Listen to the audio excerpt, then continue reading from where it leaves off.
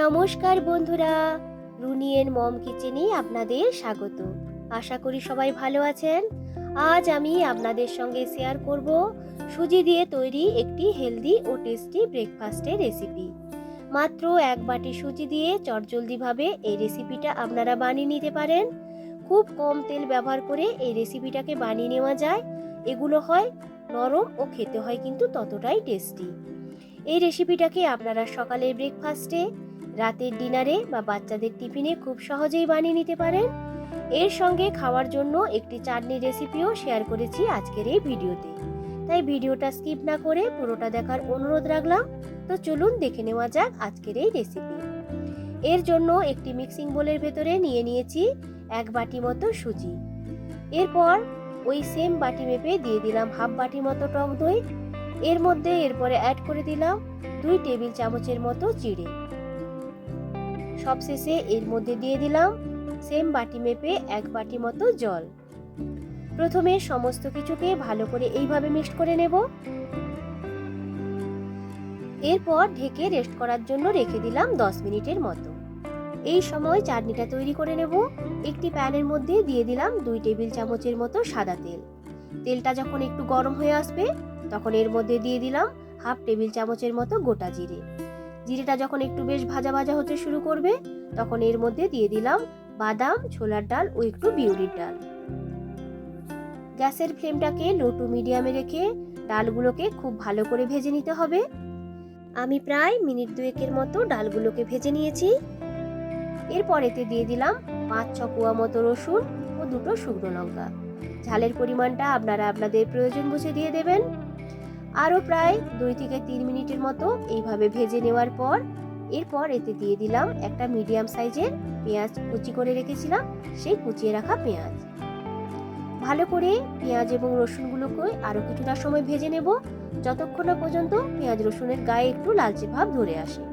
তো দেখুন পেঁয়াজ এবং রসুনের কালারটা কিন্তু একটু চেঞ্জ হয়ে গেছে। এই সময় এতে অ্যাড করে দিলাম 3টে মিডিয়াম সাইজের টমেটোকে এইভাবে টুকরো করে কেটে রেখেছিলাম, সেই টমেটোর টুকরোগুলোকে ভালো করে সমস্ত কিছুকে একবার মিক্সড করে নেব। দিয়ে দিলাম পরিমাণ মতো নুন। এর ফলে টমেটোগুলো কিন্তু খুব সহজেই গলে যাবে। এরপর দিয়ে দিলাম 1 টিস্পুনের মতো হলুদ গুঁড়ো।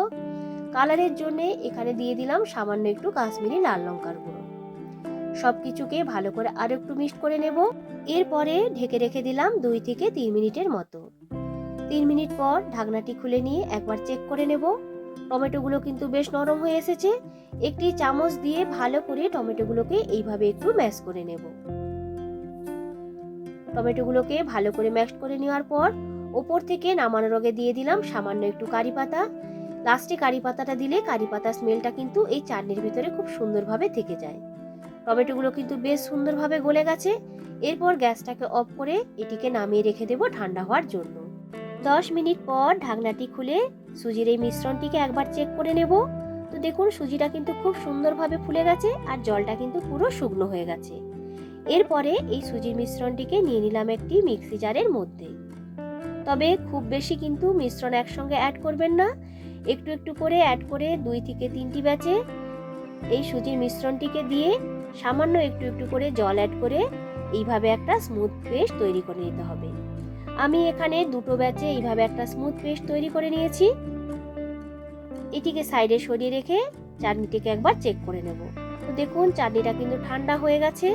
এরপর ওই ঠান্ডা হয়ে যাওয়া টমেটোর মিশ্রণটিকে নিয়ে নিলাম একটি মিক্সি জারের মধ্যে। সামান্য একটু জল অ্যাড করে এইভাবে একটা স্মুথ পেস্ট তৈরি করে নিয়েছি। তড়কার জন্য এখানে একটি তড়কা প্যানের মধ্যে দিয়ে দিলাম 2 টেবিল চামচ মতো তেল। তেলটাকে খুব ভালো করে গরম করে নিয়ে এর মধ্যে একে একে অ্যাড করে দিলাম হাফ টেবিল চামচ কালো সর্ষে, 2টো শুকনো লঙ্কা ও কিছু কারি পাতা। সবকিছু ভালো করে বেশ একটু ভাজা ভাজা হয়ে এলে এই তরকাটিকে ডাইরেক্ট দিয়ে দেব ওই চাটনির বোলের মধ্যে। সমস্ত কিছুকে ভালো করে মিক্সড করে নিলেই কিন্তু চাটনিটা তৈরি হয়ে যাবে। এটিকে সাইডে সরিয়ে রেখে দেব।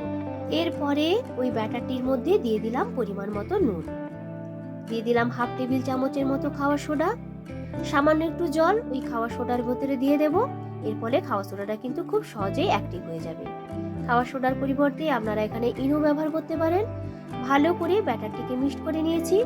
দেখুন ব্যাটারের ঘনত্বটা কিন্তু এইভাবে একটু পাতলা করে রেখেছি আপনারা চাইলে মোটা ঘনত্বের ব্যাটার দিয়েও কিন্তু রেসিপিটাকে বানিয়ে নিতে পারেন।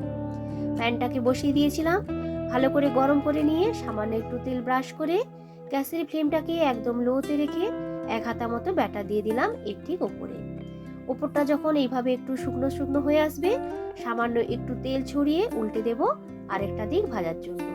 এইভাবে দুদিকটা উল্টে পাল্টে ভেজে নিলেই কিন্তু এই রেসিপিটা তৈরি হয়ে যাবে। একই রকম ভাবে আমি আরো সবগুলো তৈরি করে নেব। তো দেখুন কতটা সুন্দর হয়েছে দেখতে।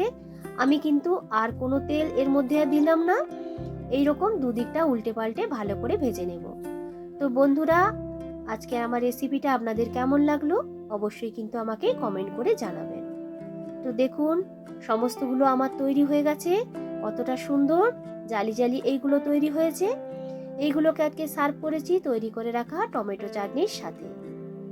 আমি আপনাদেরকে একটা দেখাচ্ছি যে এটা হয়েছে কতটা নরম।